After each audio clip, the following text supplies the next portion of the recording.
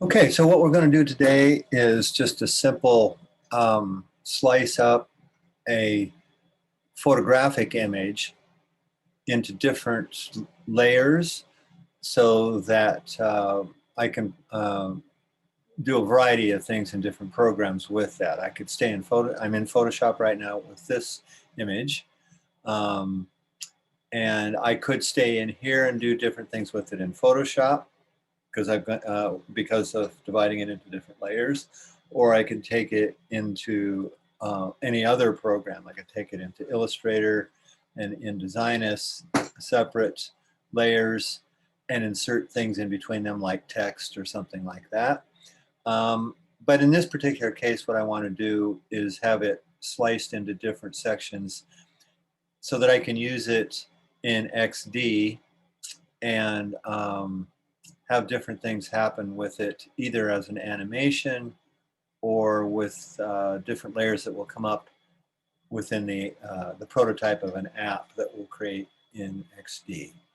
So depending upon the image that you have, it will be more difficult to do or not. And essentially the ease of separating an image into layers depends on the amount of contrast there is between one area of the image and another. That will affect your ability to separate it. So in this particular case, the sky is almost an exact solid blue and in high contrast with the upper edge of this cliff. On the other hand, the distance between, or the difference in contrast between this cliff back here and this part of the hills that are right in front are closest to me, the amount of contrast between it and the cliff behind it is not as great. And so I'm going to separate the two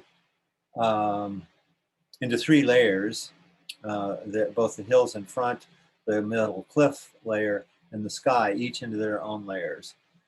And we'll do that. I'm going to try to show you at least two, if not three different ways you could do that. And then depending upon the image that you pick, again, the amount of contrast will pretty much determine which of those things is going to work best for you. So the blue is the easiest thing to do. So I'm going to select over here in the tool bar. Move this over a little bit, I think. Okay, over in the toolbar, then I have the magic wand, and behind it, I also have the quick selection tool. So I'm going to go to the magic wand as its option and click here in the sky, and you can see it almost selects the entire sky right now because it's almost exactly the same color across the entire sky, but it is missing some areas. So to get those other areas that are very, very close to what I did click on, I'm going to go up in the top part of the menu, and I don't think this comes across in the video, but in the Photoshop menu at the very top of the screen, you're looking for the select category. So in the select category, we're going to pull down to the similar option of that select category. So when I do that, then it fills out even more of there. And now there's only a few parts of the sky that are not being selected. And so I can see this little white dot in here. There's a pixel or two there not selected. And in this upper left-hand corner, there's some not selected. So to complete all of that, what I'm going to do is just grab the lasso tool and hold the shift key down. So it's going to add to the selections that I already have and just marquee around or lasso those pixels and lasso around this one down here. And then I'm going to kind of look a little more closely around and see if there's anything else that's not selected. It looks like I have it right now. And so since I have, I'm going to cut it from the screen. So Command X. So I've cut it. And then I'm going to paste it down. If I just do a regular paste, they'll notice it comes down here and it's not in the right location. So instead of just doing a regular paste, I want to do a paste in place. So I'm going up again to the very top of the menu bar up here, which again, I don't believe that comes across in the video, but it's in the Photoshop menu across the top. And I'm going to the pull down part that's a category of edit. And when I go down below edit, I have the regular paste, but I also have paste special. And in this case, I want to do paste in place. And notice the key command is Shift Command V. So I could have done that, but I wanted to point this out to you. So I'm going to do paste in place. So that's going to paste that sky back in exactly the registration that it was originally. But if I look over here in the layers window, there we go. Then we can see that the sky has now, by the fact that I pasted it, it's automatically created its own layer. So I have that blue sky in its own layer that's separate from both the cliff and the hills in front, which were the background. Notice that the background layer is locked. And I want to actually unlock that layer. So when I click on it, and click the lock button, that doesn't do anything. If I click this lock button, it unlocks it. By the same token, I could double click and open this layer and simply OK it, and that would unlock it as well. So either of those methods will unlock the layer. And now this one, I want to separate the hills from the cliff behind it. And in this case, if I were to use that magic wand and click in here, whoops, I have to actually be on that layer. There you go. I click in there, and you notice that it's only selecting a little bit at a time. In some cases, only a pixel at a time. It's hard to even see. So instead of using the magic wand, I'm going to switch to the quick selection tool. It's the option right behind it. And now when I click on those hills and drag, then, so I'm pressing down with the tool and dragging, and it's going to use its best judgment on what it thinks I want to select. So it did a pretty good job over here on the left, but it didn't guess right over here because there's not much contrast in one up here. I'm not going to worry about that now. I'm just going to continue to drag over and select more of the hills that are in front. Just pressing down and dragging around there and filling up that area. So I've got my goal here is to get all of the hills in front, of course, but it's also selected some things that I don't want. So it's selected this part of the cliff in the middle of the image right in here. I don't want that. So I'm going to hold down the Option key. And by holding down the Option key and dragging with the same tool over here, the selection tool, it's actually subtracting that area from my selection. Now right here, let's see, let's zoom in just a bit so we can see that a little bit more clearly. You can see this part of the rock is not selected, so I'm not holding the Option key down now, and I'm dragging over that, and it added to it, but it grabbed this little part, so I Option key to subtract from it. So as I do this kind of over and over again, it's kind of interesting because Photoshop learns what I want and what I don't want. So there's a little bit of the more gray part of the rock here. I do want that, so I don't have the Option key down. I add that. There's a little bit of the gray rock here.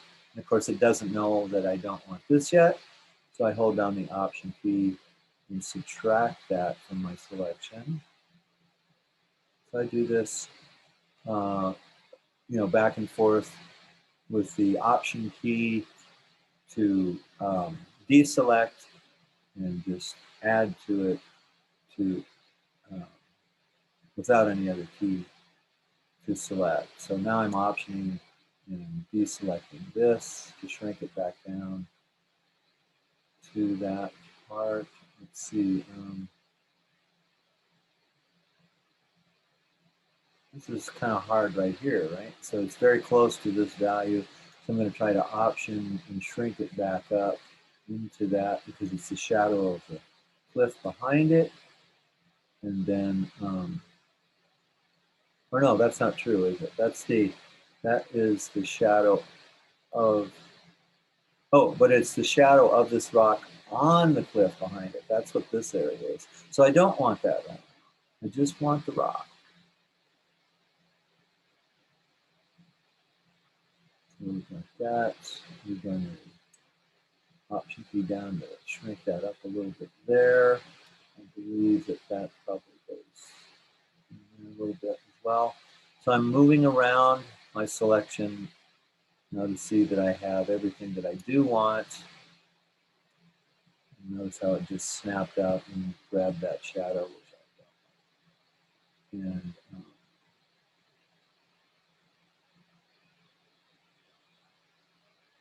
maybe a little bit here. This little part. Option key to shrink this part back out and subtract it.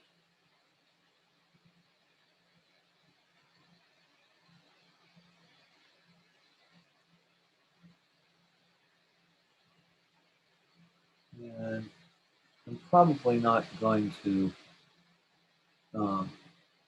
100% get everything here for this demo, but I think you get the idea.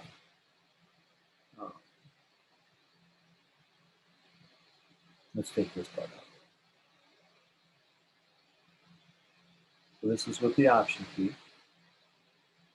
Shrinking it back down. Good. Track those little points.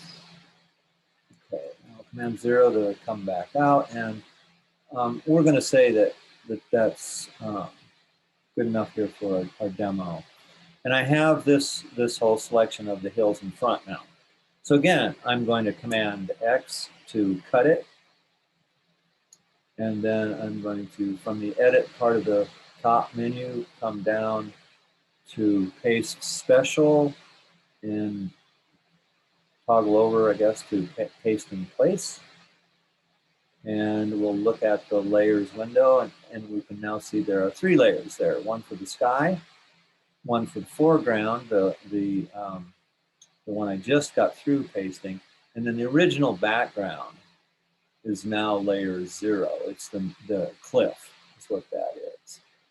Okay, so we have our image separated into 3 different layers, and now we want to be able to export it in a way that we can make use of it in another program.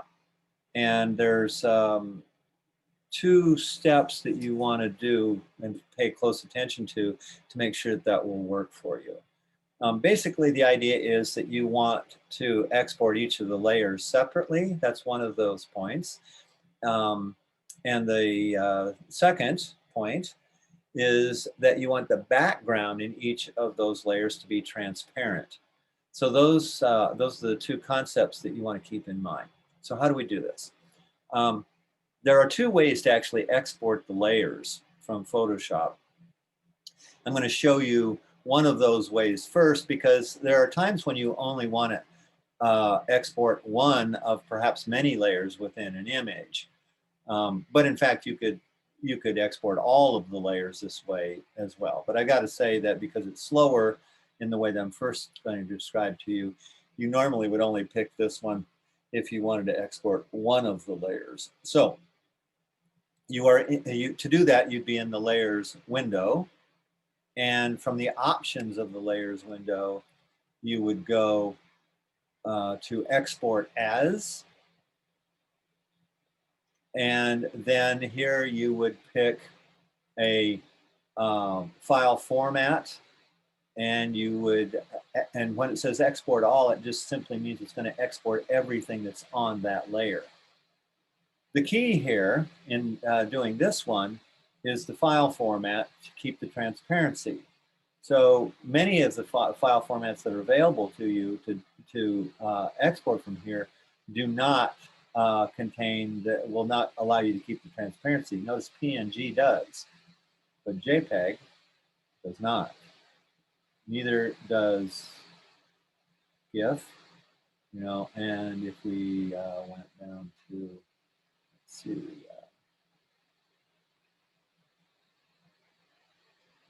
sorry, I thought there was one more file option down here, but that's not true. So of these, the only one that's going to allow me to keep the transparency is the PNG. So that's good because a good option for us, because we are going to XD, which is going to stay on screen as an application. If we wanted to separate these layers and reassemble them for a print application, then a PNG is not a good file format because the resolution will be really low, and it'll look fine for you when you're still in Illustrator, let's say, but when you print it out, it won't look very good. So in this case, and a PNG file format is specifically to save things that are going to go to a website, or in our case, go to an app design. So I'm going to select PNG. I do want transparency checked, and let's leave it at the full 24-bit size, not reducing it any further. And then if we wanted to physically change its size, we could do it here. And then we would say export all, meaning everything on this layer. I'm going to cancel this because I want all 3 layers. I don't want just one layer. So if I wanted all 3 by this method, I would have to do it this time for this layer and do it again for each of my other 2 layers. So obviously that's going to be a slower process. So I'm going to cancel that. And instead of going to the options from the layers window, I'm going to go, I'm up at the top. Again, I'm sorry you can't see this on the video, but I'm or recording, but I'm going up to the file category of the Photoshop menu at the very top of the screen. And I'm coming down to export, and I'm going down to the option that says layers to files. So I'm selecting that one, and it comes up, and of course first I need to make sure it's saving in the location that I want it to go to. And so I'm using the folder that I created to hold my layers in the first place, and the Photoshop file. Sorry, let me say that again. I am going to the folder that holds the Photoshop files, and I'm about to add the separated layers of that file to the same folder. Okay. I can select visible layers only. In this case, it doesn't make any difference because I don't have any layers over here that are not visible. They're all visible. So I'm going to get all of the layers whether I check or not this particular option. I just kind of feel more comfortable checking it. Now, my file type here, I have a few more options from this. I have a BMP, JPEG, a PDF, a PSD, or Photoshop file, a Target file, a TIFF file, a PNG 8, and a PNG 24. And again, if I pick any of these other file formats, I'll pick a JPEG because that would be a common one you might pick. Notice it doesn't give you the option of saving transparency. So, and I'm not going to go through all of these, but they won't give you that option. So a PNG 8 will, and a PNG 24 will. So what's the difference? The difference is the resolution. So a PNG 24-bit versus 8-bit is what those numbers are indicating. And we want the higher resolution version. So I'm going down to PNG 24. I have transparency checked. And then it's just going to say run. And now this is going to take a second or two. It's going to just be a white screen for the minute. And depending upon the size and complexity of the layers that you are sending, it'll take a little bit longer. So there was my first sky layer. There was, I think, it didn't take long to do the cliff layer, I guess. And then it gives me this indication that all the layers to files command was successful. So I say, okay, great. And then I'm going to come out here and look at, and here's the folder I was sending it to, and there in fact are my layers. So I'm feeling good about that. And so at the very end, I'm just going to, well, I haven't made any changes to this file. So save is not available. And so I'm just checking to make sure I haven't altered this file at all. So I can just close the Photoshop file, and then I am ready to go to XD.